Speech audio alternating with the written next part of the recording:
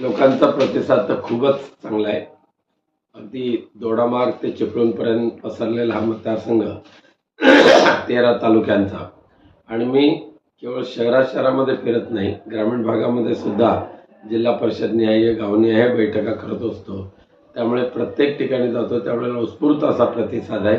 या जिल्ह्यातल्या जिल्हावासियांना शांतता, सुव्यवस्था आणि आपल्या संस्कृतीचं जतन करायचं आहे.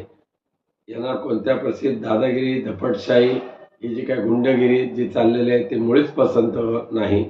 आणि आजही केंद्रीय मंत्री नारायण राणे हे जरी केंद्रामध्ये मंत्री असले तर त्यांचा मूळ पिंड जो आहे धमकी देणं, दादागिरी करणं, तो गेलेला नाही. ह्याला बघून घेऊ, त्याला बघून घेऊ, ही धमकीची भाषा आजपर्यंत वापरून ह्या जिल्ह्यामध्ये 9 जणांच्या राजकीय हत्या ज्यांनी केल्या त्यांचा अजूनही ती दादागिरीची भाषा ह्या जिल्ह्यामध्ये आहे. आणि म्हणून आत्ताच मी बातमी वाचली की काल कुठल्या तरी एका सभेमध्ये उद्धवजी ठाकरेंना दादा दमबाट जी केलेली आहे की आल्याने कसं जातात ते बघतो. अरे तुम्हालाच कोणत्या बिळात घालून ठेवू ते कळणार नाही आहे. त्यामुळे उद्धवजींच्या किंवा आदित्य किंवा शिवसैनिकांच्या वाटेला जाण्याची भाषा आता तुम्ही इतिहास जमा केलेली आहे ते लक्षात ठेवा.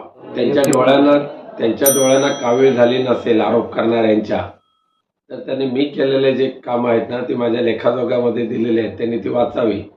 जास्तच कशाला, इथून 4 किलोमीटरचं गव्हर्नमेंट मेडिकल कॉलेज, नारायण राणेने स्वतःचं मेडिकल कॉलेज काढलं, आम्ही जनतेचं काढलं. आत्ता काढा ताबडतोब, आत्ता काढा.